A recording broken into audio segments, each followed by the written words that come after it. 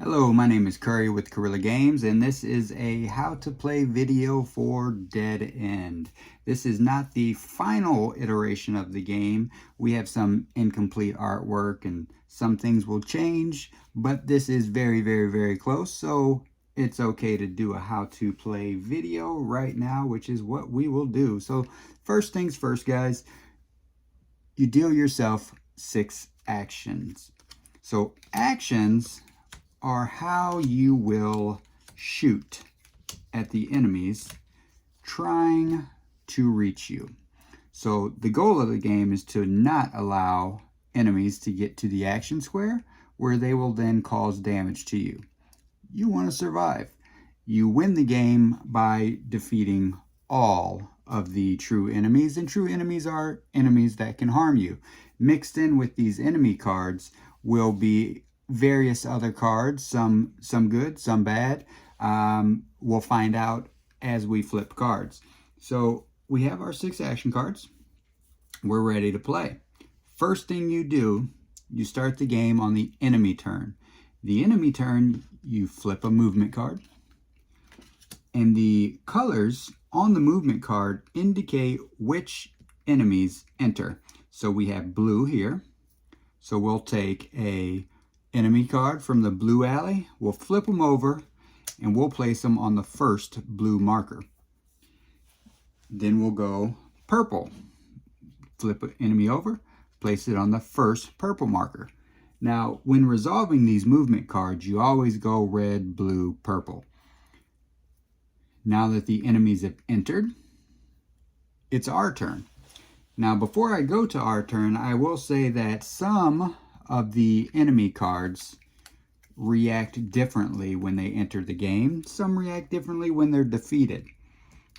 We have a quick reference sheet over here, which in the final iteration will be called a enemy card reference sheet. And you'll just reference that and see what will happen. So in this instance, we have an enemy that has the word item on there. If we kill this enemy, we'll get to draw a random item card. This one here has a special item on it. If we kill this enemy, we'll get a specific special item card. And that specific item is at the bottom corner of each one of the special item cards. So now that the enemies are on the board, it's my turn. I don't have any items, so I'm going to select one of these cards to use to shoot the enemies. Now,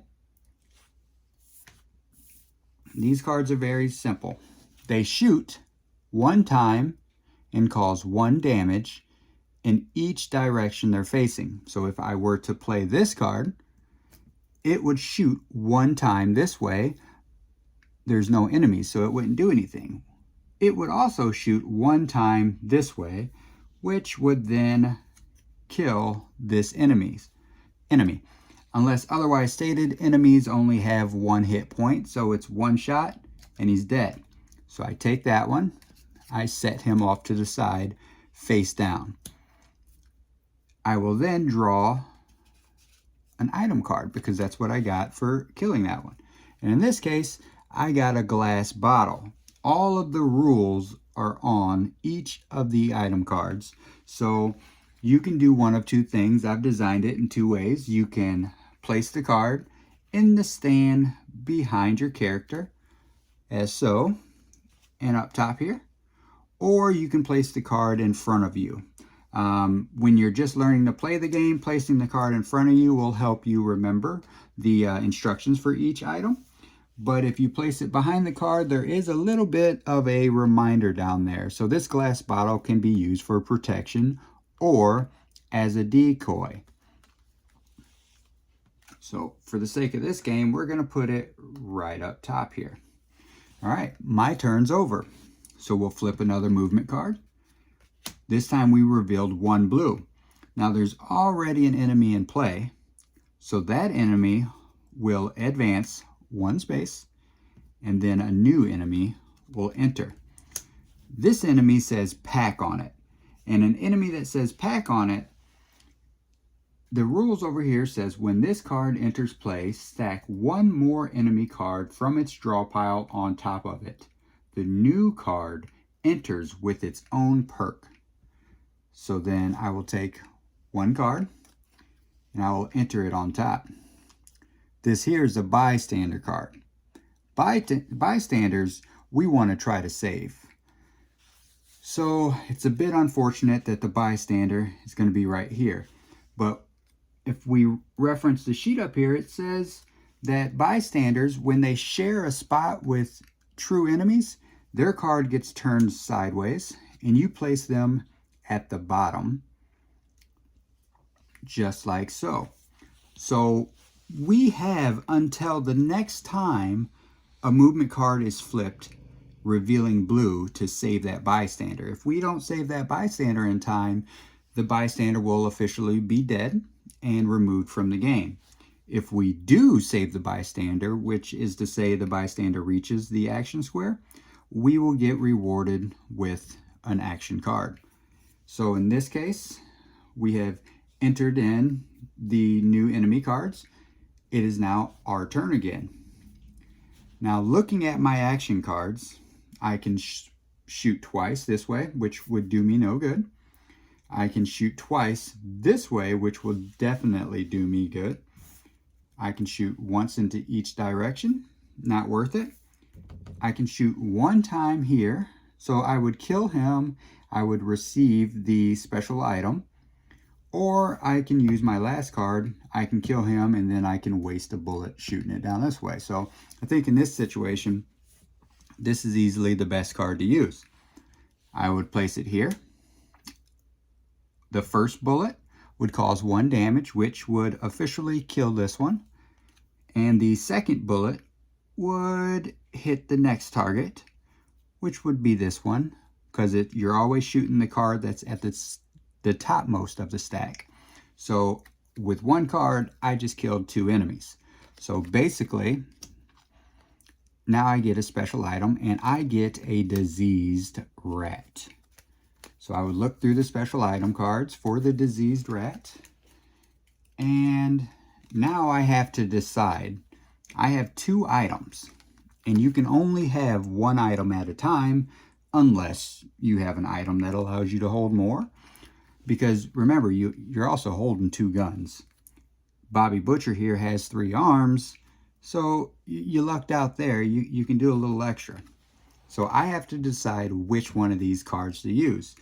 The bottle I can use as protection, which means that if an enemy were to harm me, I could basically defend myself and keep from taking damage while causing 1 damage to the enemy. Or I could throw this card, shatter it somewhere in the alleyway, cause a decoy, and draw one of the top 3 item cards, choose which one I want, replace the remainder. Now the rat here I can use as bait. Bait essentially draws enemies. There are no enemies on the board, so that won't do me any good now. So if I were to set the bait card, say here, the closest enemies would relocate to the place I selected. Or I could bite the head off of this diseased rat and intimidate the closest enemy card into moving back 1 space. So I think in this case, I am going to keep the glass bottle because I think it's always a good idea to defend myself in case I get overwhelmed. So I have saved this bystander. So I'm going to turn him straight again. And then it is now the enemy turn. I'll flip a card. This card says all enemy cards advance 1 space, but none enter. So that's good for me. That means he enters and there's no more enemies, at least right now. It is now my turn. So this is where I have to be cautious because I have actions to use. Every turn you have to exert energy, and you exert energy by using an action card, an item card, a special item card. So those are the 3 ways to exert actions, and you always have to do them. Every turn you have to exert one action. So I have to choose one of these cards to use, or I have to waste my item. I am going to choose to use this card because I don't want to accidentally shoot the bystander. So I spent that card. It is now the enemy turn. I'll flip the enemy card. It tells me that an enemy for the red alley enters. That's a horde. And a horde on my reference card says when this card enters play, stack 2 more enemy cards from its draw pile on top of it. The new cards enter with their own perks. So add 1. That's a voice card. If I kill that, I'll get rewarded with the voice card over here. And then we'll add 1 more. This is a hazard card. On each of the hazard cards, they will fall at a certain location on the map indicated by the signal or the symbol on the card itself. In this case, the hazard card falls here. If there would have been an enemy there, it would have caused damage to the enemy. There's no enemy there, so nothing happened. It is now my turn again. So I'm in a bit of a predicament because I have an action card that's... Ooh, no, I'm not. I entered a card for red, but I did not advance blue. So blue advances. I saved that bystander, and I am rewarded for saving that bystander with 1 action card. And then another card enters play. Now it is my turn. And I guess what I'm going to do is I'm going to play my new action card because it shoots once that way, once this way, killing both of these cards. So I killed the top card. There's still 1 card underneath. I'll place those there. And I killed the card, so I was rewarded with the voice card. And this is a taunt card. This card allows you to taunt any enemy draw pile, forcing the top card to enter play.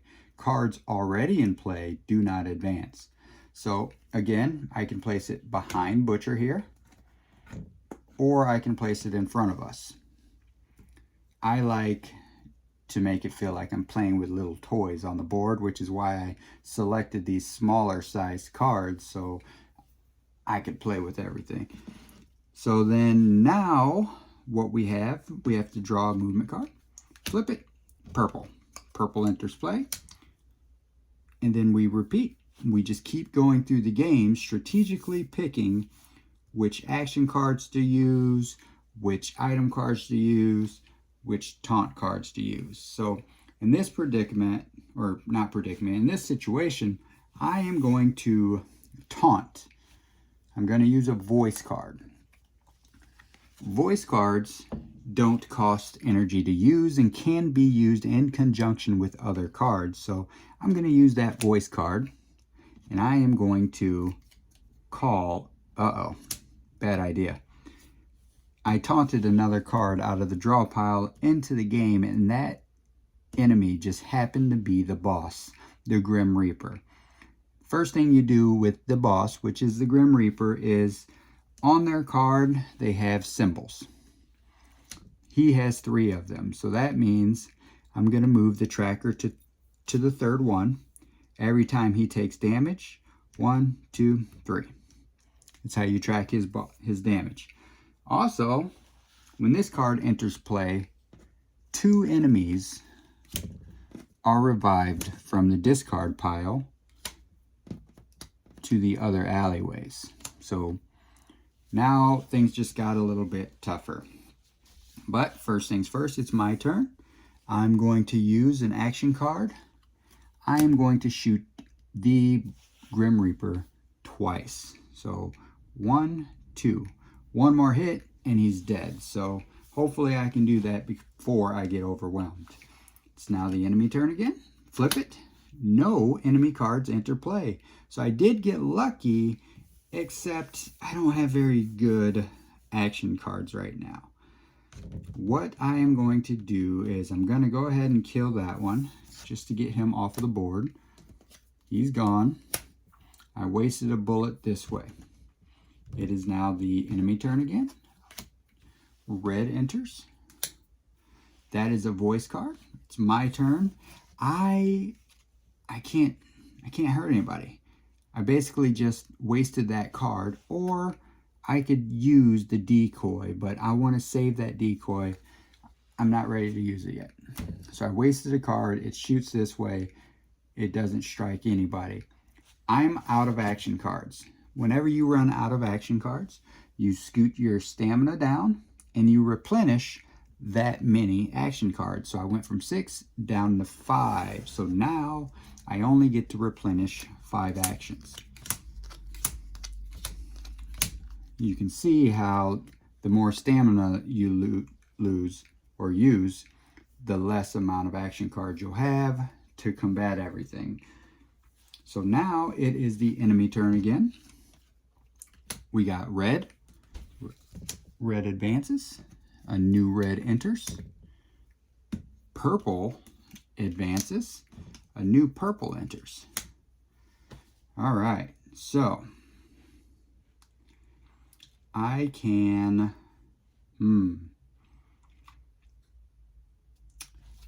kill one card, or I can kill 2 cards essentially. I'm going to go ahead and kill 2 cards. I'm going to shoot twice in this direction. He's dead, but this one rewards me with a voice card. This voice card is Enrage. You're enraged. Using this card allows you to use 2 action cards in 1 turn, so that will definitely come in handy. I'm going to place that there. And it is the bad guy's turn. Hopefully I don't get a purple, because if I get a purple, these enemies here are going to advance and I will take damage. So I'm going to flip. Red and blue. I lucked out. Red enters. Blue enters. Blue's a pack, and pack is a second card, enters with it. All right, so here it is now my turn. I am going to spend this card. I'm going to kill 1 time here, and the other one is going to actually kill the boss because I've already shot the boss twice. So that was the 3rd marker. Now the game keeps going even if the boss is dead. Your only way of winning the game is defeating all of the enemies. So now it is the enemy turn. Oh, this card here basically means the whole board is going to shift. So this card will go here. This card will come here, here, and this card will come all the way around to here, which doesn't help me because my action cards here aren't firing this way, and he's the most likely enemy to cause me damage. So in this case, I can shoot him or I can shoot him. I have an item that I don't want to lose quite yet. So if I shot him, I would have to draw another item, and then I would have to choose between those items, and I don't really want to do that yet. So I'm going to use this card, and I'm going to shoot this bad guy. So this enemy is dead. It's enemy turn. Flip.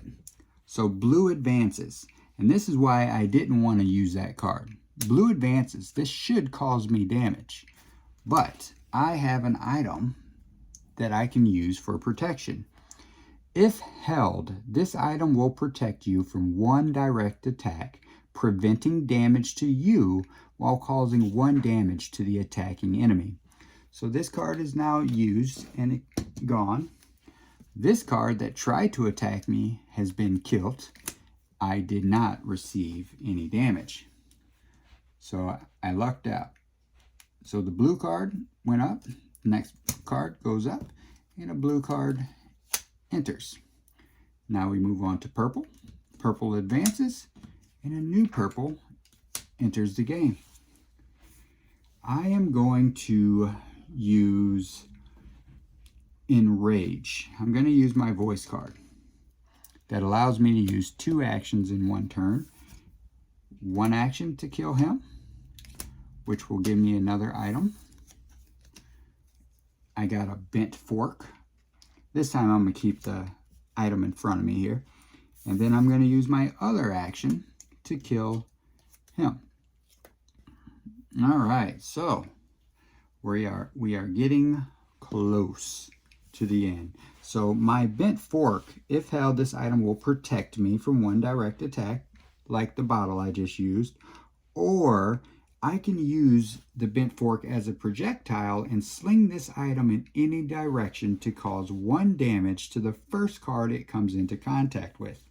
So it's sort of like, there's a bad guy right there, I can fling my fork at him and I can kill that bad guy with the fork. So that's useful. And if he advances, I also can defend myself with it. So I lucked out with those 2 items because they're very useful in this type of game. All right, so it's movement. Flip it. Red enters. Ooh, that's a runner. The runner advances 2 spaces. So he's already there on me. Purple goes up, and that's a bystander. And I did forget to scoot my stamina down. Now it's on 4, meaning I replenish 4 cards. Now I only had 3 cards there, so all I need to do is shuffle and reuse the actions cards that were in the action square. And now I have 4. All right. So it is my turn. I do not want to use these 2 cards because I do not want to shoot my bystander. So I can use this card, kill this enemy. I can use this card, kill that enemy. Well, I am going to use this card to kill this enemy just in case I need to kill him and get a voice card. And if I get a red card and he advances, I have an item that I can use to defend myself or protect myself. It's the enemy turn. We flip a movement card. Oof. This one, all enemies advance. So, red advances. I protect myself with my trusty bent fork. Kill the bad guy, protect myself from damage. New card enters. It is now blue turn. Blue advances. A blue card enters. It is now purple turn. Purple card advances. This deck is empty, so there's no new cards. Now it is my turn once again to shoot. And yet again, I do not want to use these 2 cards because I don't want to shoot the bystander. Now, part of the rules is I can switch 2 action cards for 1 new action card. Or I can just shoot him. For the sake of this tutorial, I am going to change out 2 action cards and hope that I get one that can shoot down blue. Which I didn't. Alright, so I still need to exert energy, so I'm going to spin this card, shoot her. Killing her gives me a special item, and the special item I get is a butter knife. So I'm going to put the butter knife right up top here. And for the 3rd time, I got another card with protection and projectile. So its uses are a lot like that bent fork. But in this situation, I'm really hoping I don't get a blue, which I did. So red advances. It's a decoy, so that's not a bad card. That's a good card. Blue advances. I killed it. with my knife. Blue advances, blue enters, purple advances. So I saved another bystander. I'm rewarded with another action card. And, oh, the best case scenario. So the card that I just got awarded shot twice, killing him or her and him. Now, I have killed an enemy that has an adrenaline perk, meaning I can replenish all of my action cards back up to my current stamina level. But in this case, he was the last true enemy in play, so I have officially won the game. Now, I will say this is the core game. The game originally is built to just be fun little exercise. As you add expansion packs to it, it will get harder and harder and harder and more chaotic and more strategic. So we lucked out this game, but every single game is different. It is mixed up. It depends on the combinations of enemies, which items you get. There's just a lot of replayability in this game, and for the sake of that tutorial, I really lucked out because I made it look easy. I didn't take any damage, I didn't use up all of my stamina, and I won quite easily. That is not always the case, but I hope what you saw helped you understand the way to play the game. And if you need to get any more information about the game, just visit me on arcurry.com, where I will have more videos and instructional information and just pretty much everything you need to know about Dead End and the Deadverse, which it takes place in.